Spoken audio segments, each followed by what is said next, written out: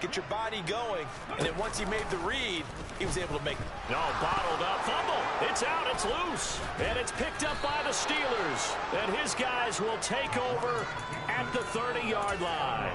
I don't care what the scoreboard says, partner. You know who's winning this game right now? Mother Nature? Yes, indeed. Precipitation's winning in a big way. Sloppy, all these turnovers right now. Yeah, well, this was the forecast. We got what was forecasted, and we've gotten a lot of turnovers. Here's Jones. Following the fumble recovery, he'll throw. And the timing a bit off that time as that one falls to the ground. Throwing the football, he's not as sharp as he was last week when he was over 70%. Right now, he's under 50%. Well, that comes from extra game film, extra time. You know those guys watched him all week, saw how precise he was, and constructed a defense to try and chip away at that. And thus far, they've been successful. And able to get this one across the 45 before he's brought down.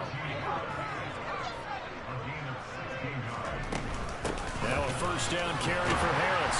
And a good push there defensively as they stop him at the 48. Gain of just one.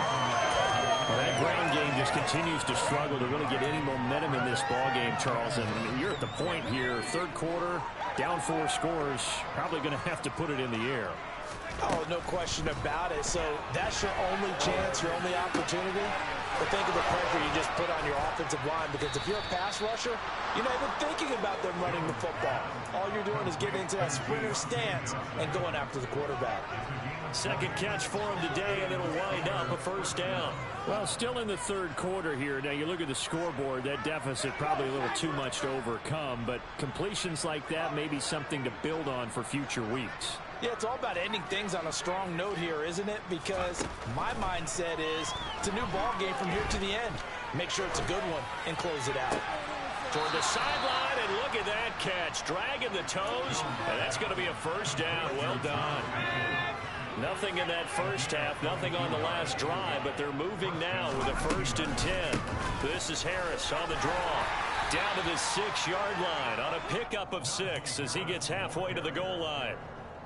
Not too many offenses want to turn down long drives, but when you're down what they are, they've got to pay it off with some points.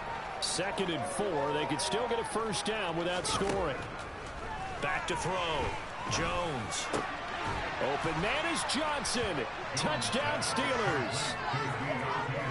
Deontay Johnson with touchdown number 7 on the year. And the Steelers are able to cut into that deficit.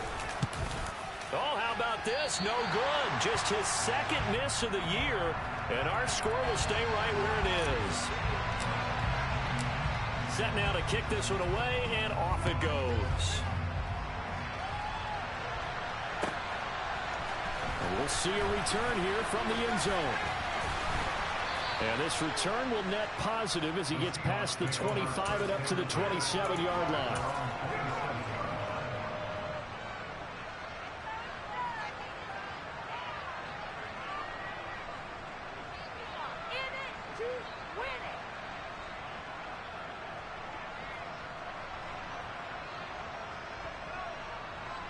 Coming to the line here to begin their next drive, the Seahawks offense. And now you've got the clock winding down here in the third quarter. You're 3 scores to the good. What's your approach on this drive? Too early to fully commit to playing the clock game. Yet at the same time, you're also not going pell-mell like you would in 2-minute offense. This is what NFL offenses call 4-minute football.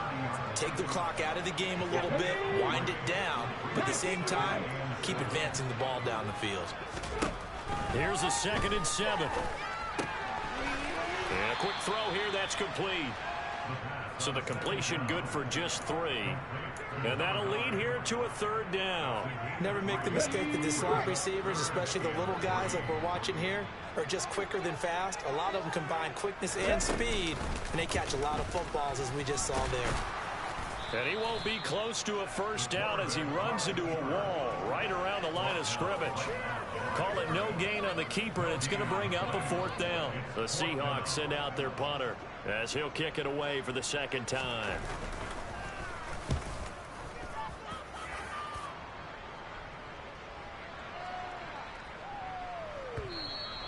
And that one hits at the 7, but bounds into the end zone, and that'll be a touchback.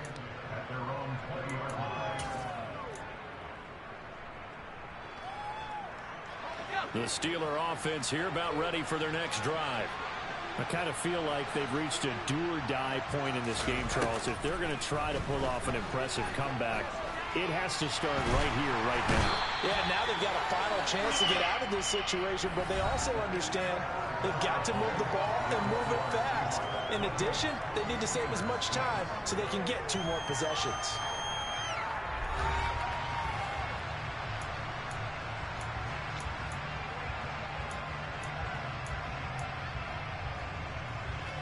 Well, they're in some hot water now. After that sack, it's 2nd and 21. Operating from the gun, Jones. And that one's going to be off target and incomplete. And that's another play that's painted the picture of this game overall. It's been a blowout. It's been continually fueled by big turnovers and stops from one side and an inability to advance the ball from the other. The Steelers on 3rd down. They're struggling. 0 for 6 thus far. This will be 3rd and a mile. Looking to throw. Jones. But his pass is intercepted for the 4th time today. Tariq Woolen picks it. They had him back deep, got the interception, and now they start inside the 10. Partner forgets starting inside the red zone. They're inside the green zone. From the 10-yard line in, a lot of teams call it that because that's the money zone. Get it into the end zone and make your cash. Suddenly it's 1st and goal after the interception. A quick change in the situation here. One back in the backfield, he'll get the carry. And he powers through the first wave, but he's going to be swallowed up behind the line of scrimmage. On this day, the ground has been his, but at least on that individual play, we just saw the defense finally with a win. Yeah, they finally got one, and that's a win for them, but all game long, he's seen the holes, and they've been huge for him. Kind of like a baseball hitter in the zone. The ball seems bigger, and he's just whacking it. These guys, they've got it going today. It'll be a gain of 5, and it's going to set up a 3rd and goal. That didn't just feel like good defense there. That felt like pride, didn't it? He's already gotten into the end zone twice, trying to get there for a 3rd time. No one likes to have the hat trick against them. Well, let's see where they turn on 3rd and goal from the 5.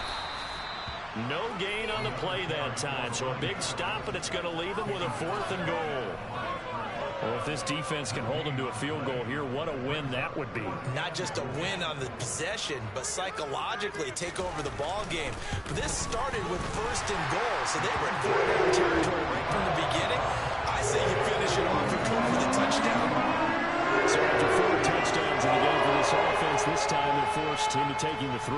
But you did mention 4 touchdowns, right? So 4 out of 5, not too bad. I think that's a pretty good record for them. From a couple yards deep, he'll bring it out of the end zone. And ultimately, he stopped right where he would have been if he had simply gone down to a knee at the 25.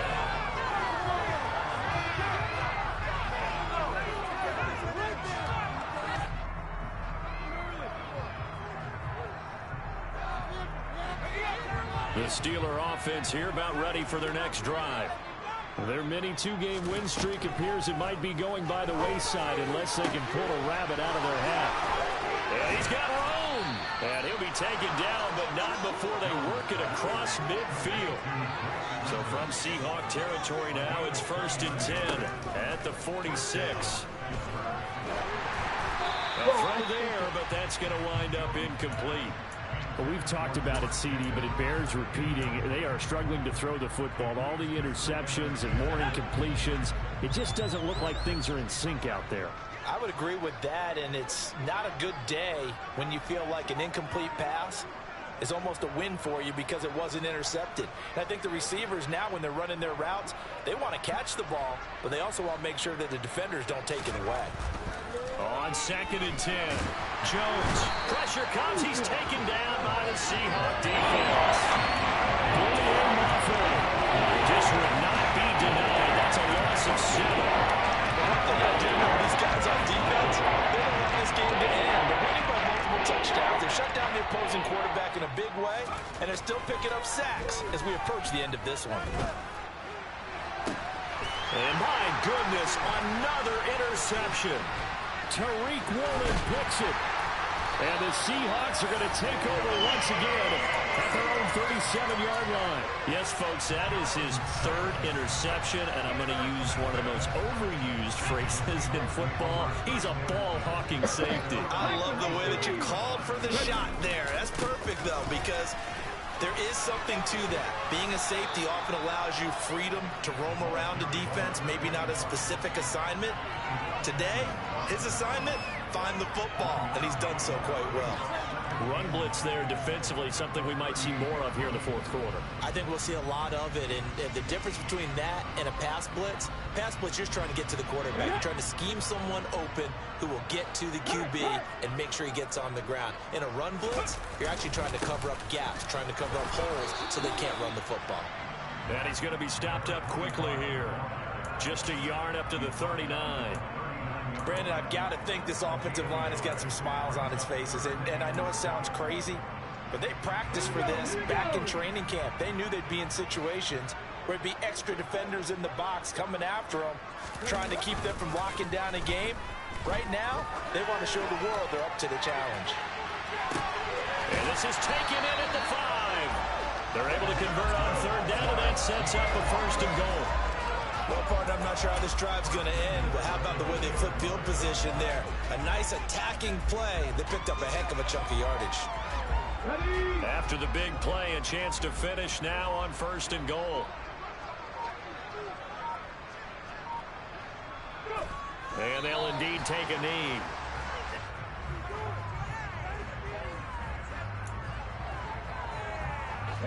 So they're backed up to the 3-yard line, second and goal.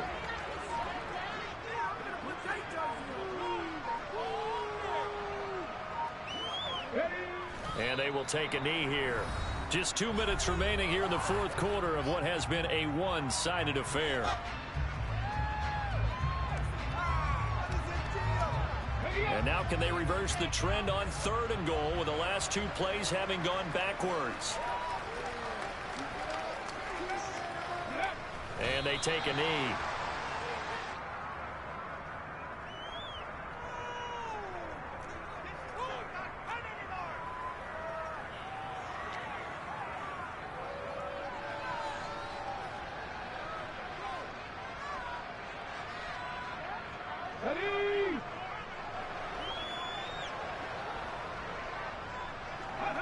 And on fourth down, they come up and take the knee.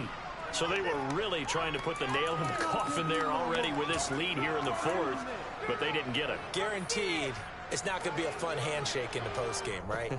You just know that there's going to be some bad blood there. And I know if we go to the postgame press conferences, the winning coach, you know what he's going to say, why he did it? We need the points, okay? Because you never know at the end of the year if points are going to come into the tiebreaker if we're trying to get into the playoffs. That's always the standard justification. The ball resting on their own 5 here as they come up to the line on second and long.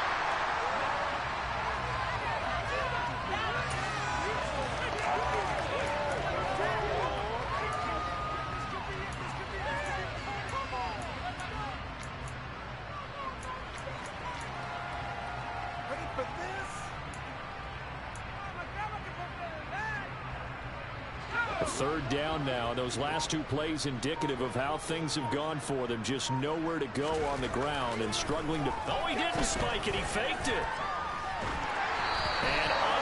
And unable to connect and complete. I'll give them credit. They took their shot, but it's going to bring up fourth down. You're always thinking about picking up the first down, but in this case, they were thinking about something bigger. They were thinking about the home run shot and took it downfield. Unable to connect, but admire the effort.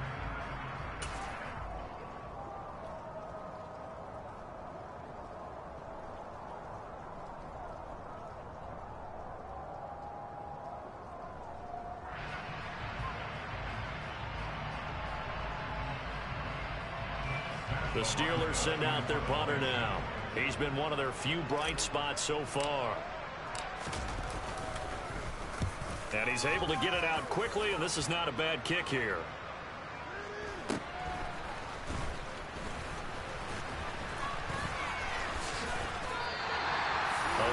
good return there. Give him an even 20 yards. And control of the football, switching hands here with very little time remaining in this contest. Let's go now. Line of scrimmage, the 37 on 1st and 10. And they'll indeed take a knee.